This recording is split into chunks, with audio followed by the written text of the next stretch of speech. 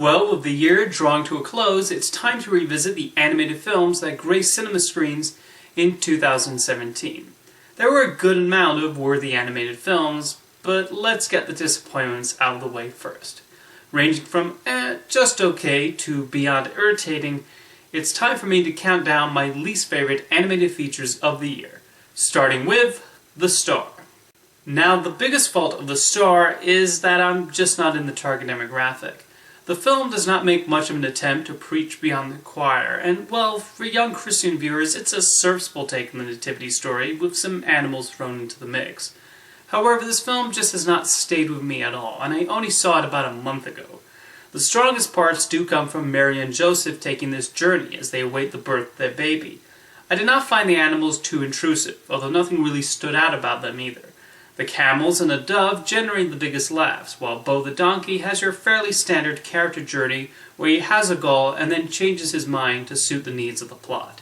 The sheep and the stable animals are just sort of tag-alongs.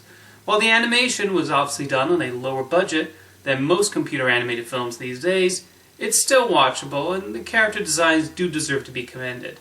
At the end of the day, the star's heart is in the right place, and it's altogether harmless. I just wish it was a tad more memorable. Despicable Me 3. I found the previous Despicable Me films amusing enough, but this is the first entry in the franchise where I was rather bored through chunks of it. The most fun comes from Trey Parker's 1980s villain, both thanks to his vocal performance and the colorful aesthetic that surrounds him. The storyboard artist also clearly had fun putting the various action sequences together, and the voice actors still deliver quality work. I can never dislike Kristen Wiig's vocal quirks on Lucy Wilde. However, story-wise, I found myself feeling disengaged by the various plot threads. The addition of Gru's twin brother didn't bring much to the table, and the film seems to struggle on how to use the three orphan girls. The younger girl's story arc involving a unicorn hunt is utterly pointless, and even as a longtime defender of the Minions, I felt their storyline could have been cut out, and just seemed like material that was removed from the Minions movie. Nonetheless, this thing made over $1 billion, so we can expect to see Despicable Me 4 soon. Ballerina, or Bleep, depending on which version you watched. This film mostly has ballet sequences going for it, and not much else. For the most part, it's your generic story about somebody trying to fulfill their dream, and the film does not do much to bring anything particularly memorable to the tale it's bringing to the screen.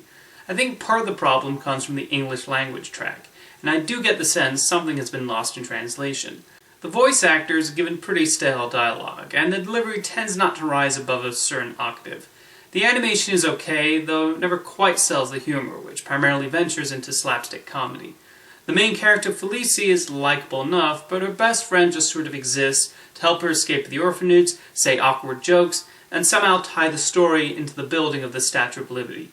The villains are weak, with one of them being an obvious knockoff of Cinderella's evil stepmother. While things do seem to pick up in the third act, Ballerina is not a terribly interesting film, and one that will only appeal to young ballet fans.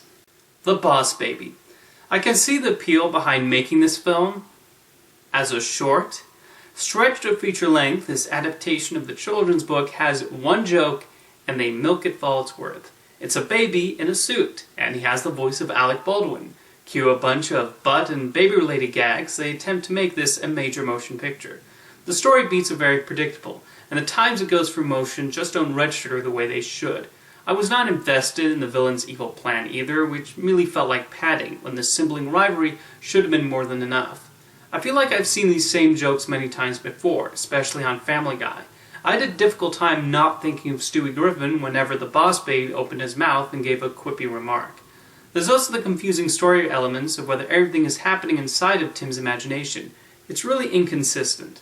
However, the animation is excellent, opting for a UPA influence. The production design further highlights that classic aesthetic, and the filmmakers opt for a period look which I admire. However, I never found myself laughing all that much. DreamWorks recently announced a Netflix series based on The Boss Baby, and that seems like the better format to take this property. The Emoji Movie. Yeah, I think I've just heard everyone watching this video say collective, of course it is. But the sad thing is, and I know this is hard to believe, this could have worked. This could have been a clever depiction of those smiley faces on people's mobile devices and our dependence on technology. The The Emoji Movie even seems like it might be about that at the very beginning, only to abandon that conceit extremely quickly. There are a couple of creative elements in the production design, and Patrick Doyle's musical score is certainly lively and even beautiful, but the Emoji Movie just does not do anything all that imaginative. It's not so much that the story has been there, done that, but the participants are too one-note to care about them. I did not care about Gene, the meh emoji. I didn't care about his parents. I didn't care about the boy whose phone they reside in. And the high-five emoji was just insufferable. The use of brands is obnoxious and not all that interesting. While Spotify and Instagram aren't too bad, they have a scene where they visit YouTube. And it's just a blank room of a screen. Yippee. And the film wastes 5 minutes of our time and the story's time playing and explaining the rules of Candy Crush. The jokes land with a thud, and I just sat there a lot of the time, annoyed this concept was not put to better use. And then it ends with a terrible message to send to the young people in the audience. I defended the Emoji Movie's existence before its release, and during its production. Now that I've seen it, you will not hear me defend it anymore. And my least favorite animated movie of 2017 is Spark: A Space Tale. Yes, few people saw this one, but it did get a theatrical release this year, so I am counting it. This is a project that could have been imaginative, and instead it was just Star Wars with monkeys, which I know sounds amazing, but it isn't. Everything about this project was just derivative, down to the hero who's the chosen one, who can lead the resistance against the Overlord, planning to destroy the universe because of, evil and things. There's not even a reason for them to be monkeys. The characters could be any animal or alien species, and the story would not be that affected. There's just little personal investment as it jumps from one dull generic space battle to the next, and the attempts at humor just don't work. The main character, Spark, is just your standard quippy lead. The world building feels empty, and the animation is also disappointing. They likely had a low budget to work with, and Toonbox is a talented animation studio who can pull off some impressive visuals. Maybe the producers should have spent more money on the animation than on hiring big names like Susan Sarandon and Patrick Stewart. Although, at least he's not playing the poop emoji in this one. That's a compliment I never thought I would utter. I kind of feel bad saying so many negative things about Spark, considering how the distributor just left this film to die. But I cannot lie, I just did not like it at all. Thankfully, next week's video should be a rosy one as I count down my favorite animated films of the year. See you next time.